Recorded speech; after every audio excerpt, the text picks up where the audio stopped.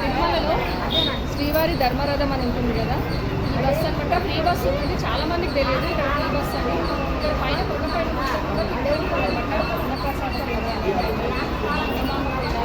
Temple మీరు ఏ place అయినా పైన వెళ్ళాలంటే ఫ్రీ బస్సు. శ్రీవారి ధర్మరథం అనేది వచ్చింది.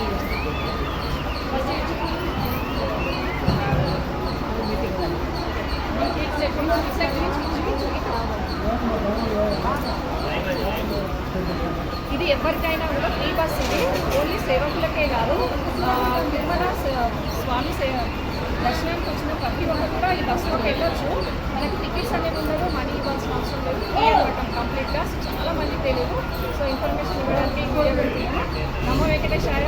మర్చిపోకుండా ఛానల్ అనేది లైక్ చేయండి, సబ్స్క్రైబ్ చేయండి, వీడియోని షేర్ అనేది చేయండి.